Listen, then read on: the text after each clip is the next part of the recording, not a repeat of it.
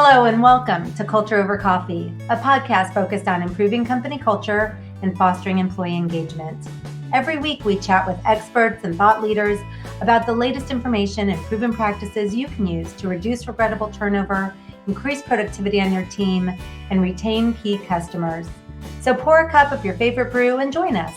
I'm your host, Beth Sunshine, SVP at Up Your Culture and the Center for Sales Strategy. In this episode, we're discussing some of the continuing frustrations and points of friction that persist in many hybrid work models. More importantly, we're going to uncover some of the secret ways to find success in virtual spaces. And who better to help break down the current state of hybrid work than JC Campese, Vice President and Market Manager at CMG. JC provides great insights such as, if you're asking employees to change their work cadence, you better have a good reason why.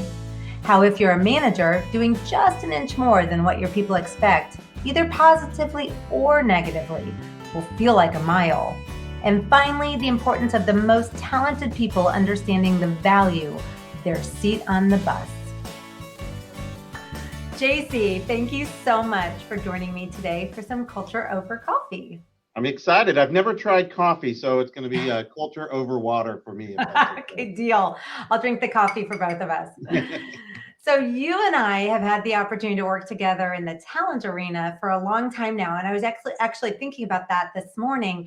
I want to guess it's been about 15 years or so. Am I right there? I think so. Yeah, probably. I can't remember not having you as a part of my culture world. So right. Yeah, it's got to be at least 15 years. I can't remember doing this without you being part of it either. So I think you're exactly right. And it's funny because we're both in our 20s, so that doesn't really make sense. But yeah, interesting little fact. So you've always made hiring and developing highly talented people a top priority. That's just how I've always thought of you. And I know you're paying really close attention to how the changes that are happening in the world of work right now are affecting your people. There was a dramatic and I guess unexpected shift to remote work in 2020. That was challenging for everyone. But in many ways, the journey to determine what it's going to look like next, where are we moving forward, what is work going to look like, I think that's been just as challenging, if not more challenging, for most of the business leaders that I talk to. So I'm excited to dig into that today. You were very recently, named one of the 2022 Talent Superheroes. And for those who may not know it, you are going to receive your own bobblehead, which we were just talking about. I'm so excited. Yes, it's going to be cool. So when I was looking through your nominations for the Talent Superhero, you received nominations for that with a lot of information about why you are deserving of this. One thing stood out to me, and I thought I'd just pull that out and share it today. Okay. So one person who nominated you said, we've been through, and I have this on my screen, so I'm going to have to zoom in. We've been through a lengthy list of challenges over the past few years, challenges that individually create a lot of disruption and collectively feel like we can't catch a break, but you wouldn't know it in the way that JC leads. He has kept the team focused on the mission despite the distractions.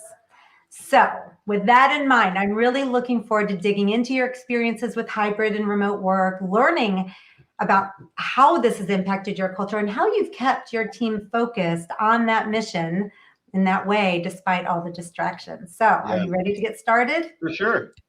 Okay, good. So even though we're nearly 3 years past the start of the pandemic, I think so many people are still adjusting to either hybrid work or remote or kind of trying to figure out their way forward. What are some of the greatest points of friction that you think people are feeling these days? Oh, wow. Great question. We're all creatures of habit, right? So I can remember like it was yesterday, not 3 years ago, March 12th of 2020, when I stood up in front of our team and said, we're going home. That was a Thursday. And I said, I hope I get to see you Monday. Having no idea, none of us did, the amount of time and how our world would be changed. And those first few weeks, I was fighting off people that were desperate to come back to the office. They could not wrap their heads around the fact that they could do their job without an office. Right. Now you fast forward a few years, and there's several of those same people that say, I don't need an office to do my job. Right. These are the same exact people that 2 weeks after we sent them home said, "Can we please come back?" And now they're some of the same people that are saying, "Don't worry, I'm good. Call me if you need me." So wow, what a change it's been in those 3 years. And I think we've all learned so many new skills: Teams, Zoom, working from home, StreamYard, which we're on right now. This world that has just changed and evolved, and in a lot of ways made us better. The friction comes with people, especially in the sales arena, that are truly independent contractors in their mind. They feel they own their business, and they do in a lot of cases. And if they feel their business is progressing at the rate that they would expect and that give them fulfillment, then why again change their cadence? Why again have them do something different? Now they've gotten used to this creature of habit of working in this world. And in a hybrid situation, that there was some friction, certainly for my team, and I'm certain a lot of teams out there. My biggest thing on going hybrid is, if you're asking them to change again in their cadence, you better give them a very valid why. What is their why? Why do I need them here at 8:30 on this particular day, but on the next day I don't? Tell me, what's the difference between a Monday and a Tuesday besides I have to dress both on top and bottom and come into the office and drive with higher. You waited until the gas prices went up. Now you want us back, those type of lines. So you have to give them a valid why, because they have every right to ask that question. They have reshaped the way in which they do their job. And for them to come into the office, or like I said, just change their cadence at all, there has to be a valid why. So we've worked really hard, all of us, on making sure that there's a reason why they get more out of being here when it's their time to be here, and that we're doing everything that we can for them when they're not right in front of our face. I would tell you that we have spent as much, if not more, in a lot of cases, working on culture during this time than on strategy. Interesting. I mean, we have full meetings.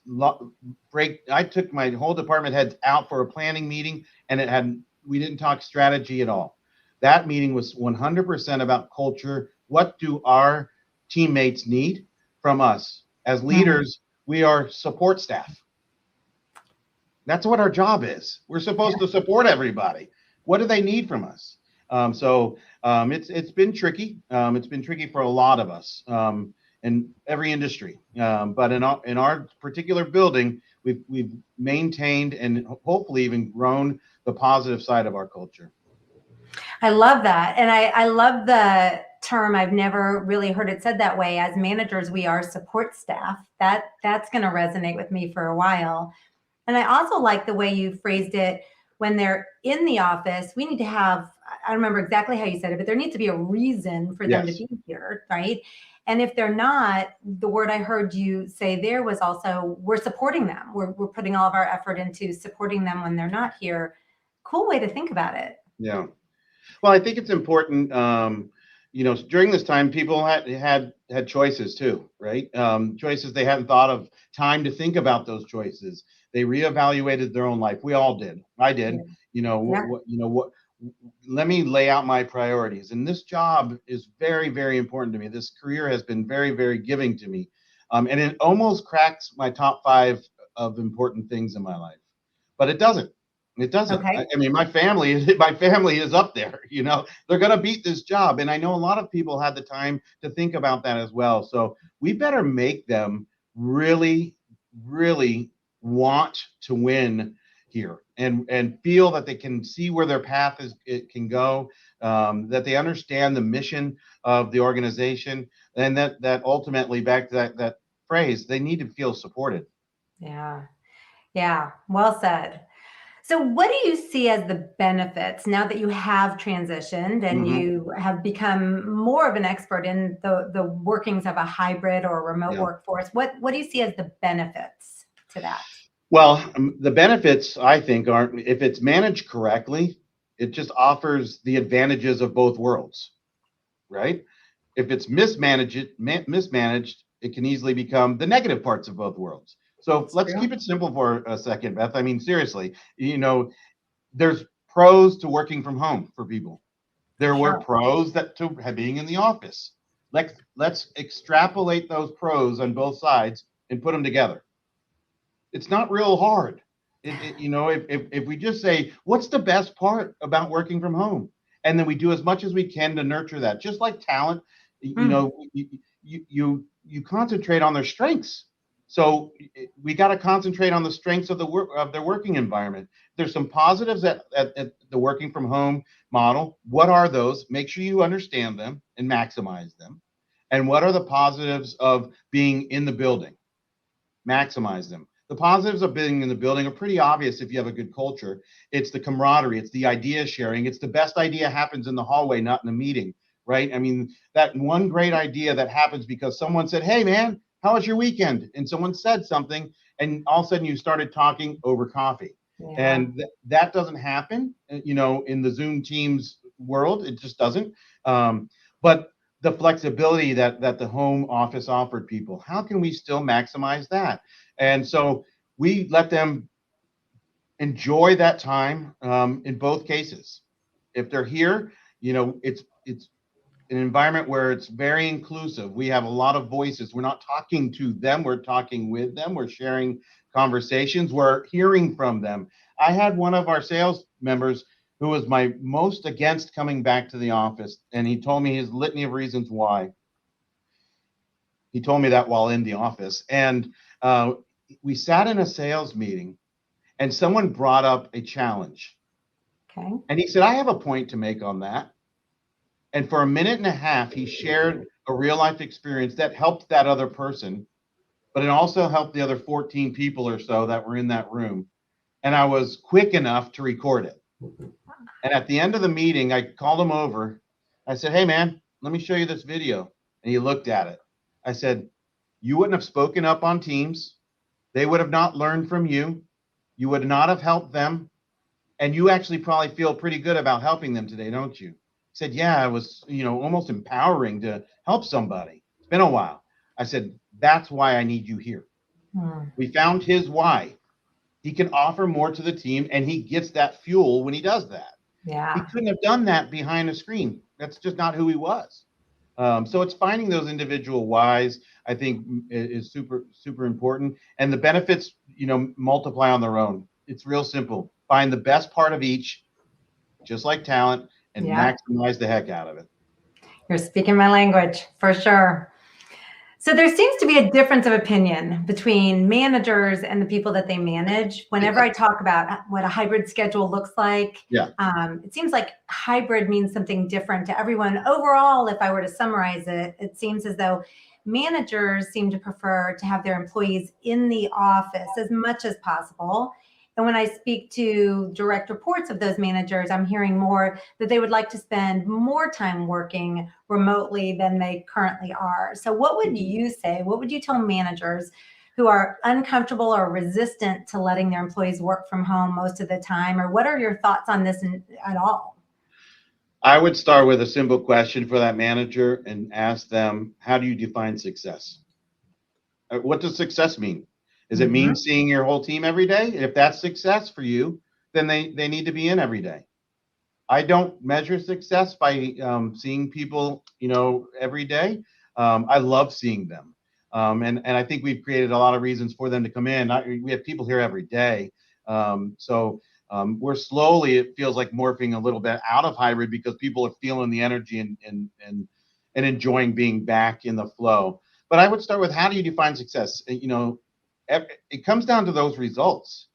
Isn't that what it's about? I mean, isn't it about the results? Absolutely. If the only way you can have success is by seeing your team on a daily basis, that's the only way you can have success as a manager. Honestly, I'd question the management because I think we've proven the best rise when times get tough. So we've all had to make some challenging decisions during the last 3 years. We should be set up with the best team, a team of all-stars by this point. And you work with them to help them get the success that they need out of their career, and therefore you'll get the success. Now, I need to see people, face to face. I challenge them to see their clients face to face. Why? you get more from it. There's more ideas that are generated. There's more relationship building that happens. The depth of that meeting is measurable compared to a video call, in my opinion. However, for a long time, we've all worked with agencies that are in different states. How did we do that? I mean, you didn't have to be in the office for that phone call. So I would say, there are different opinions. There are some people that would love people here every day, and there's an accountability issue to that. There's a managing expectations that come along with that. But ultimately, define success. And if you are hitting your goals or overachieving your goals and your team is happy, whatever that model is, makes sense. Look, we all remember the days that it used to be, especially in sales. I don't want to see you in the office. I want to see you in the morning, and I want to see you at the end of the day. But why are you here during the day? You should be out making calls. And now it's like, come back in the office. We need to see you. Right. But that's not what it was before. It wasn't. We didn't expect them at their desk all day. If they're doing before it was 10 to 4, you're out the door. Right. You're right. It's like, it's almost like, make sure you're alive and make sure that you come back in and you're still wearing the same clothes. So I know you didn't go to the beach. I mean, we were already hybrid compared to most businesses already. Right. So it's just understanding, measuring success, and I'd challenge managers that say the only way to do it is if they're here and I see them first thing in the morning. I mean, I don't believe that. Yeah, no, I don't either. And I think that's a really good, simple way to think of it is, how do you define success? I think that's great. So, and this is a question I just want to slip in. It wasn't really on my radar before, but you had mentioned how you should have a team of all-stars by now. You're very talent focused. You're cognizant about the strengths of the people that you're hiring. Yeah. I imagine that because the world of work has changed a bit, when you're looking at people's talents, you're probably also thinking, how will this person work in the hybrid environment we have today? Is that right? Yes, for sure. I mean, first it's identifying the talents and do they have them to further that conversation. But yeah, then they need to understand the culture that we have built. They're fitting into a culture that we've busted our butts on, honestly, and we've worked really hard at, and we're very proud of. And so we have an expectation from a culture standpoint that they just need to understand that. And part of that is how we work. I mean, and part of it, not all of it, but they need to understand the flow, the cadence, the what days you're expected to be here and why, and what is expected of you outside of here. It all comes to that umbrella of culture, though. I mean, I think culture is the largest challenge that's happened with hybrid, in my opinion, is just maintaining or growing or improving culture. Is not going to happen naturally in a hybrid or virtual world. And culture is critical to success. The most talented teams with a bad culture will not be the most successful team. They just won't be. But no, and you're right. You've worked really hard to create. You have an outstanding culture there, and every hire you make, you're at risk of blowing what you've built. So I hear what you're saying, that every person matters, and you have to really. It's not going to happen organically. You have to be intentional and bring people on board that are the right fit to what you're doing there. Yeah, I mean, don't take my kindness for weakness. I mean, our expectations, because of our culture, I believe, are higher than a lot of places, because those that are already here, they want you to be able to keep up, and they will have no problem, and rightfully so, talking, to us and challenging us on individuals and asking questions. I always believe you should be as transparent as responsible, and so everybody should have a voice, especially as we're trying to figure out these new ways of doing business over the last couple of years. Yeah. I know you do set the bar high, and that's a good thing. So there's a misconception, I think, that hybrid or remote companies can't have as healthy of a company culture as those who are in person most of the time. And you talked about some of the things that happen when you are, just the camaraderie that happens when people are together. What would you recommend to teams who feel as though their company culture is lacking in a hybrid environment, and that the hybrid environment is causing the culture to be less vibrant?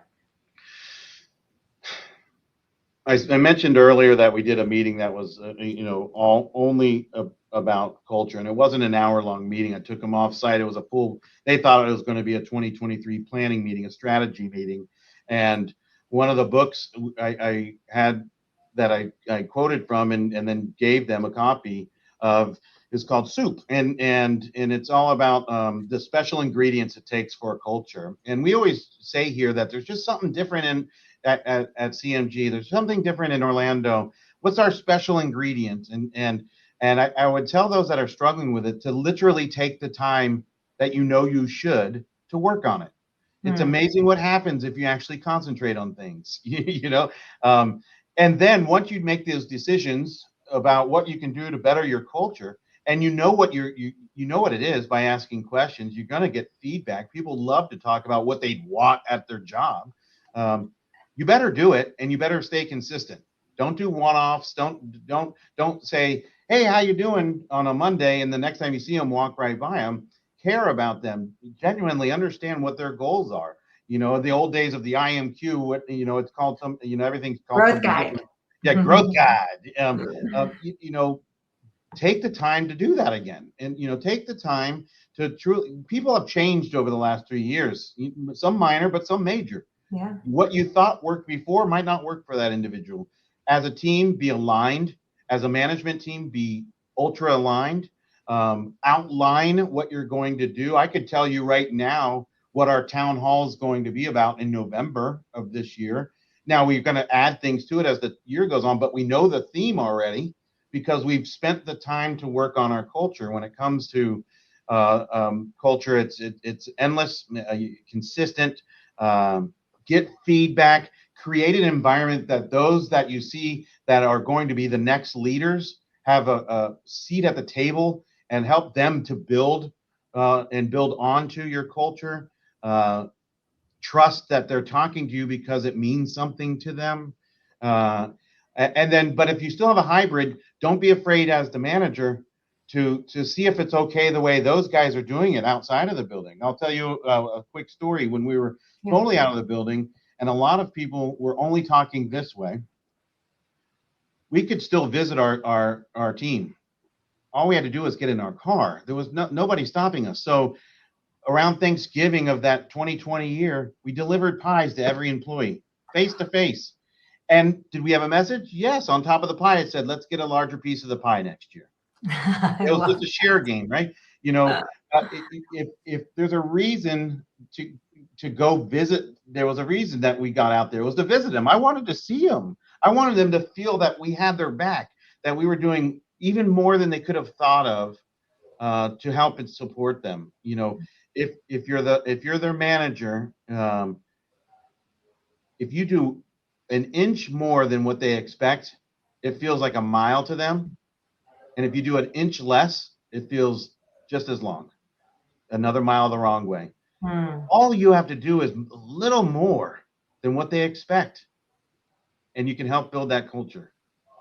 I love all that. So know your people. You referred to the growth guide. Yeah. So understand them, what they want, their mission. I loved the analogy to soup.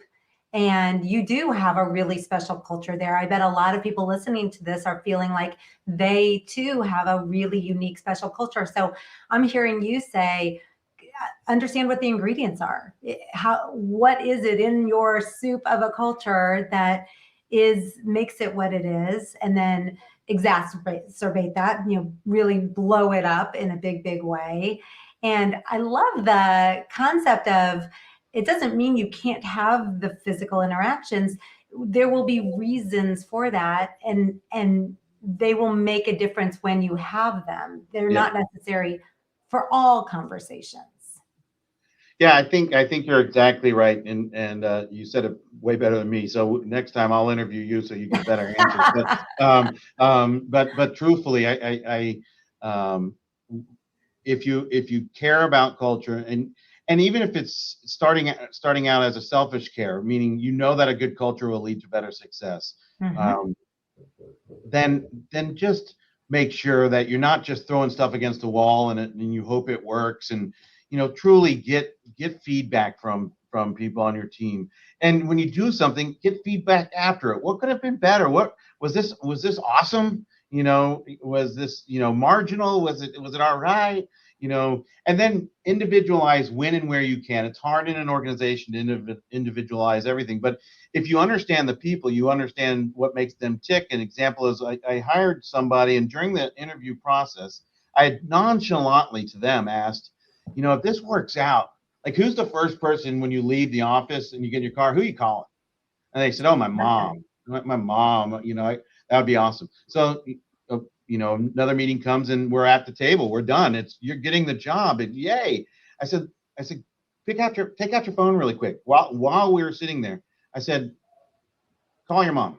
Hand me the phone. Hand me the phone. You give me the phone. I said, hello, Mrs. I said, I just wanted to congratulate your whole family. Your daughter just got the job that she's been really fighting hard for. And I'm telling you, I'm goodness gracious, I'm so excited for her. And you're the first person she wanted to tell, which says a lot about your family. And I just want to thank you for all you've done, because your daughter is awesome, or whatever I said. It took 30 seconds. Right. 30 seconds.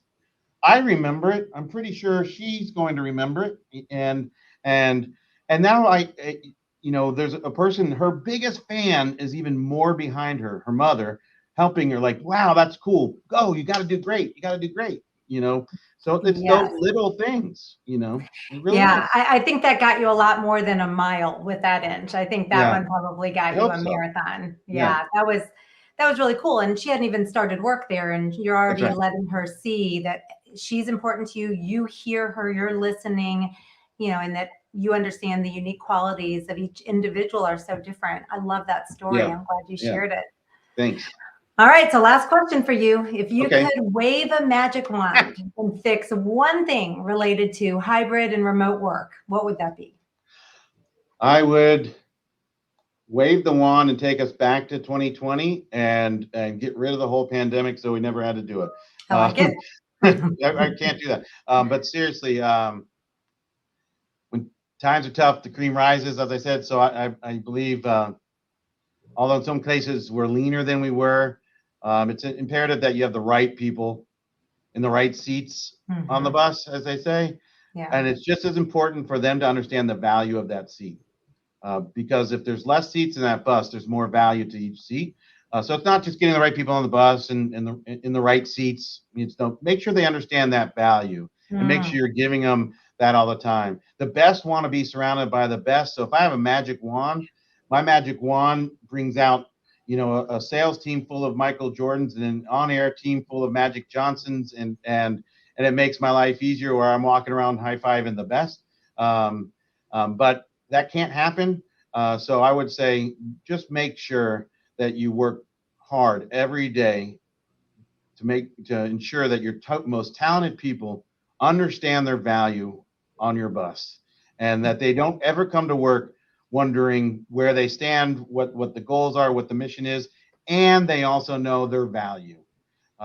We've been given an opportunity now to really make those around us know that we love them or like them or don't during this last couple of years.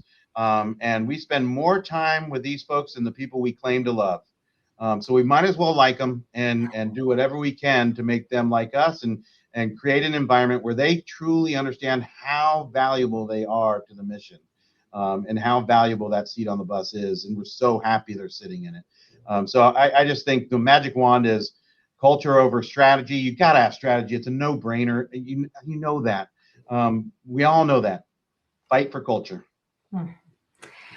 I think that's a perfect note to end on. Beautiful way to end the conversation. Thank you, JC, so much for the time that you've spent today talking culture over coffee with me. You shared a lot of good information, a lot of ideas that I know our listeners will find very valuable. For those listening, if it's okay with you, I'm going to drop your LinkedIn information in the show notes. Is that good? For sure. Yeah. Okay, then they can connect with you if you're interested. I know, I enjoy being connected to you. as well. I'm sure they will too. I'm also going to add the link for an on-demand webinar on managers tips. I don't know if they'll get much better than yours, but we do have a webinar that's called Working with a Remote Team, and listeners may enjoy that too, just to supplement the conversation today. So I'll pop that in there too. But look, it's real simple for me. I mean, I've said it to you, but now I'll say it for others to hear. I'm a big Beth Sunshine fan. I believe in what you guys do. You have made me better at what I do. There's no doubt you have challenged me to pull out my strengths and find workarounds for those things that aren't my strengths. And I'm honored that you would even want to talk to me on this subject, but it's one I feel strongly about. So I'm glad I got to. Made my day. And thank you. Thank you very much. And thank you for all of our listeners. It's a journey to up your culture and elevate employee engagement. Enjoy that journey. Thanks so much for spending time with us on Culture Over Coffee. If you've enjoyed the conversation, be sure to subscribe and join us for every episode. For more helpful information on the topics of company culture and employee engagement, visit us at upyourculture.com.